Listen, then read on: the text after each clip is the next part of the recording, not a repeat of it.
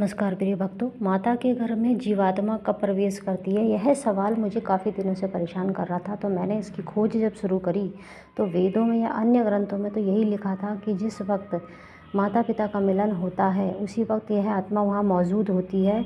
उनके दोनों के जो भी मनोभाव होते हैं उस वक्त उसके अनुसार वो आत्मा आकर्षित होती है उनके चारों ओर।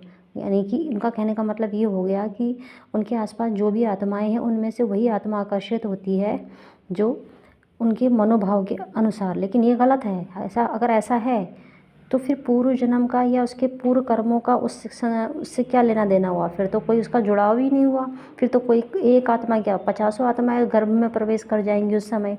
तो ये जो उत्तर है वेदों में या किसी भी ग्रंथ में गलत है, क्योंकि मिलावट भी हो रखी है वेदों में, इसलिए गलत है।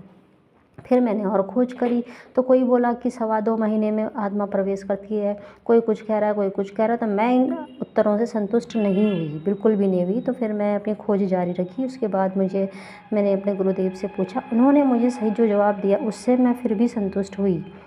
उन्होंने ये कहा कि 7वें महीने में आत्मा गर्भ में प्रवेश करती है। जीवात्मा जिसका कोई कर्म का लेना देना अपनी माँ से होगा वही तो प्रवेश करेगी। कोई भी आत्मा कैसे बाहर से प्रवेश कर जाएगी।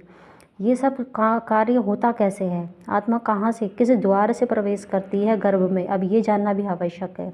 यह होता है माता के भंवर गुफा से प्रवेश करती है। तो भंवर गुफा कहाँ है, भंवर गुफा कहाँ है, ये काफ़ी वीडियो में गलत बताया गया है। उनमें ये बताया गया है कि सिर के पीछे की साइड होता है। नहीं, भंवर गुफा हमेशा हमारा कान होता है, दायां कान जो होता है ना, दायां कान क्या घुमावदार होता है ना, वहीं से माता के कान से वो जीवात्मा प्रवेश करती है माता के गर्भ में। ये उत्तर जो उन्होंने दिया वो बहुत सही दिया है। भंवर गुफा वही है। क्यों है, क्योंकि जब बच्चा पेट में बनता है गर्भ में तो सबसे पहले वो भंवर गुफा ही बनती है। भंवर गुफा से ही उस बच्चे का बनना शुरू होता है। वो घुमावदार एक मांस का टुकड़ा बनता है जो उसका कान होता है। आशा करती हूँ आपको यह जानकारी अच्छी लगी होगी और सच्ची लगी होगी। सत साहिब, सत साहिब, सत साहिब।